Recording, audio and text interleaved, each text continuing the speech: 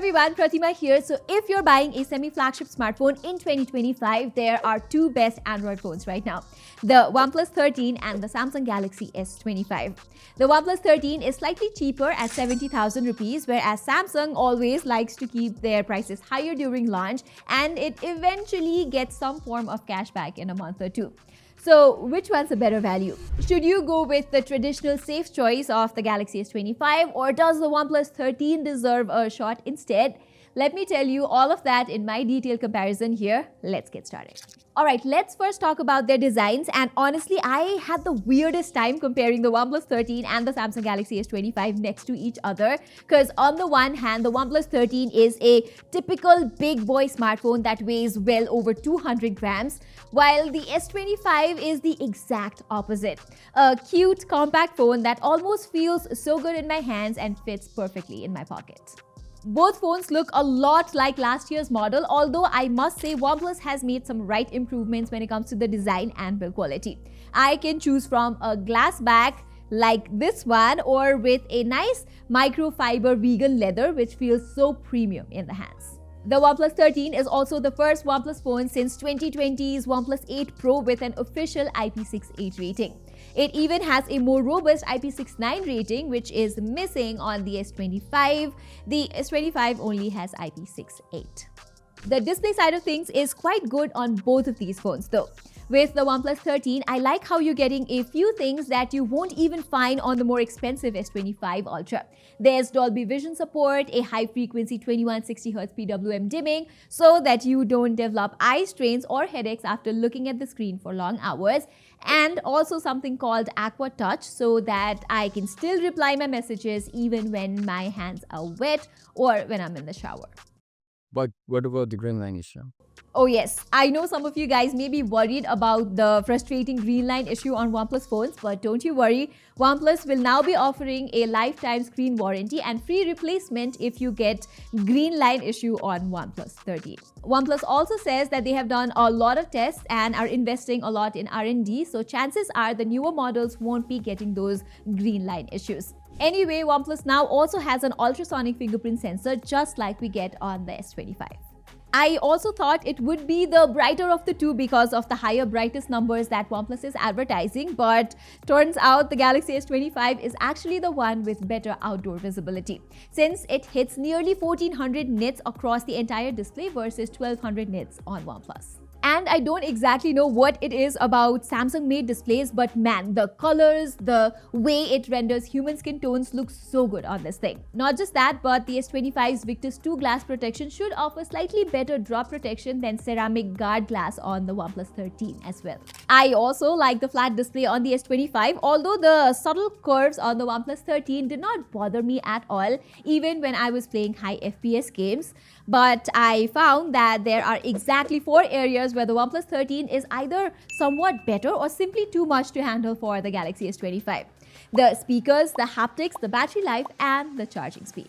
So first, the OnePlus 13 gets louder and sounds noticeably fuller than the Galaxy S25, whereas its sharp, crisp haptic feedback embedded so well across the UI and system apps is easily among the best in business as well.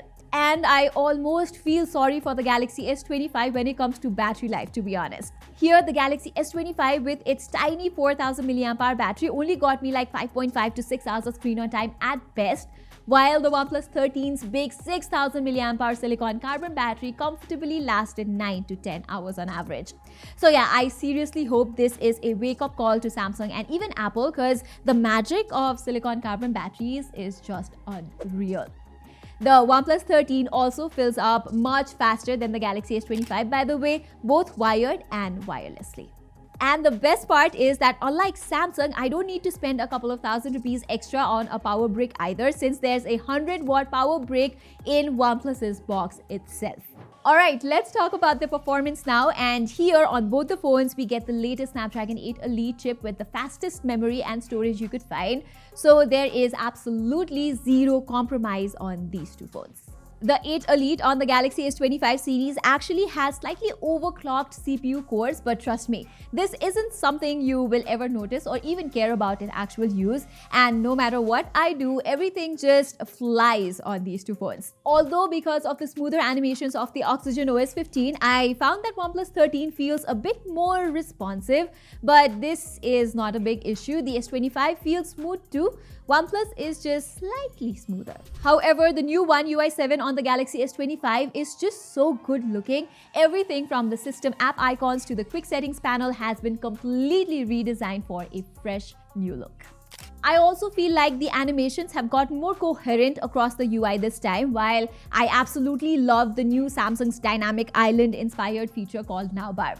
It has turned out to be quite fun to use as well.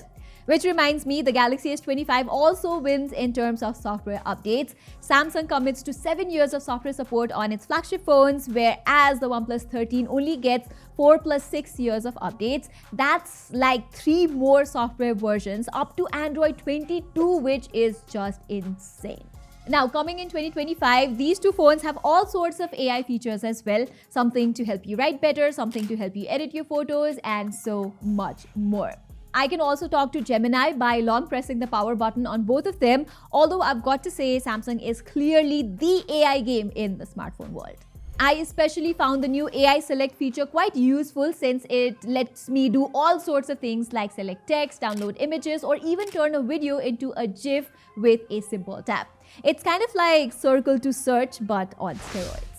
Another thing I found equally helpful on the S25 is conversational search to look for specific photos in gallery or some specific thing inside the settings, while it can handle a bunch of those AI features on device itself, including some heavy-duty ones like generative edit. But which one is better for gaming then? Well, the answer is the OnePlus 13. It easily beats the S25 in this case. I was actually getting similar FPS numbers here, be it when playing Genshin Impact at the highest graphic settings or PUBG at 120 FPS, but look at the thermals and also the power drop. The Galaxy S25 sips more power and gets quite warm too, while the OnePlus 13 is among the best gaming phones that I have tested so far. Alright, finally, let's talk about the cameras. And if you have watched my review of the OnePlus 13, you already know that I was super impressed with what OnePlus has managed to pull off this year. Especially with the photos. There's a new 50 megapixel ultra-wide and a new 50 megapixel 3x telephoto lens on the OnePlus 13, whereas the S25 still has the same camera setup as the 3-year-old Samsung Galaxy S22. But since Samsung's post-processing and optimization game is just so freaking good, I knew the Galaxy S25 was never going down that easy against the OnePlus 13 in the camera battle. Be it when it comes to details, dynamic range, or color reproduction, I actually managed to shoot some incredibly similar photos out of these two. Like this one of our friendly neighborhood Spider-Man, for example. I also noticed that the OnePlus 13 often tends to lift the exposure level across the entire image, which may or may not work in its favor. Let's take this photo for example. I was shooting against the sun here, and I am pretty sure most people would prefer the OnePlus 13's bright photo compared to what the Galaxy S25 managed. Or this one where the S25 completely crushed the shadow details. But like I just said, that's not always a good thing, and sometimes you can end up with pale, off-putting photos like this as well.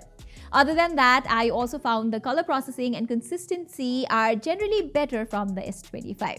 The ultra-wide and 3x telephoto lens are objectively better from the OnePlus 13 though. The Galaxy S25 has a wider field of view on both these lenses, but remember that shadow crushing thing I talked about before? Yeah, that is especially noticeable in its ultra-wide camera. I've faced the same issue on the more expensive Galaxy S25 Ultra too, so I hope Samsung is working on an update to fix this. Whereas the OnePlus 13's zoom camera can maintain better exposure, better sharpness, and nicer subject focus almost every single time. Its telephoto lens also takes stunning macro shots, by the way, unlike how the Galaxy S25 can't do close-up shots. Even the low-light shots from the OnePlus 13 look so much nicer than those from the Galaxy S25, with pixel-perfect highlights, contrast, and exposure. The one neat thing about the S25 is that whenever I'm somewhere with extremely poor lighting, it tends to take a longer exposure, usually like 4 to 5 seconds for a brighter, more detailed photo. The portraits, on the other hand, are noticeably better from the Galaxy S25. I would take a photo of someone, show it to them, and more often than not, they prefer what the Samsung Galaxy S25 captured. As you can see, its 3x portraits aren't as sharp as the OnePlus 13, but the level of consistency in skin tones and the way it handles contrast, highlights, and focus roll-off and the texture is just something I absolutely love. And it's kind of the same with the selfies. The OnePlus 13 selfie camera does not even have autofocus, so that's one more thing you need to worry about here. As for the videos, I can shoot at up to 4K 60 FPS from all three lenses and switch between them on both of these phones. And as I expected, the OnePlus 13 was visibly behind Samsung in terms of videos. The Galaxy S25 videos have nicer colors, better dynamic range, and a more consistent exposure lock. But more importantly, it also stabilizes the video better since you can clearly notice movement wobbles from the OnePlus 13. I even tried switching to the ultra steady mode to see if that helps, but the S25's videos were still more stable. And if you care about cinematic portrait videos, then the Galaxy S25 is going to treat you better as well.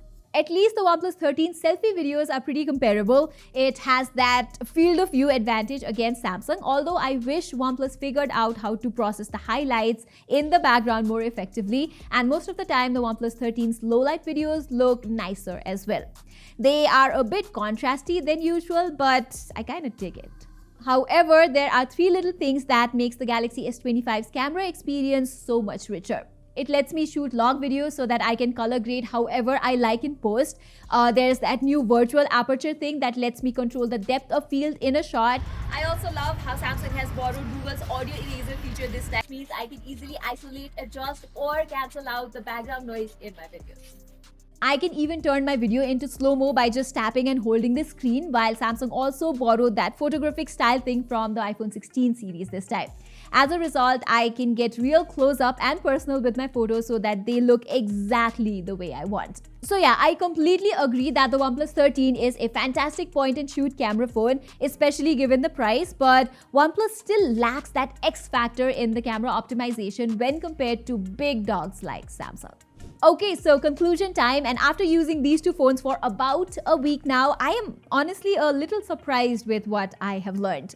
I thought the OnePlus 13 would take a clean sweep because of everything it's got, including a nicer, non-boring design, a much bigger battery life, much faster charging speed as well, a significantly better gaming performance, and above all, excellent value for money. But it turns out the Galaxy S25 had a lot to say for itself as well. Despite not coming up with big upgrades this year, the S25 is still a pretty great compact flagship phone with a better overall camera performance and software features than the OnePlus 13. And if that's the exact combo you're looking for, then this thing makes perfect sense. So in the end, it just depends on what kind of phone you're more comfortable with. Both are excellent semi-flagship phones with their pros and cons. It's just that simple. Alright everybody, that was all for our full comparison of the latest OnePlus 13 and the Samsung Galaxy S25. Which one would you go for? Do let us know in the comments below, and while you're there, don't forget to subscribe. Saying this, I'm Pratima and thank you so much for watching.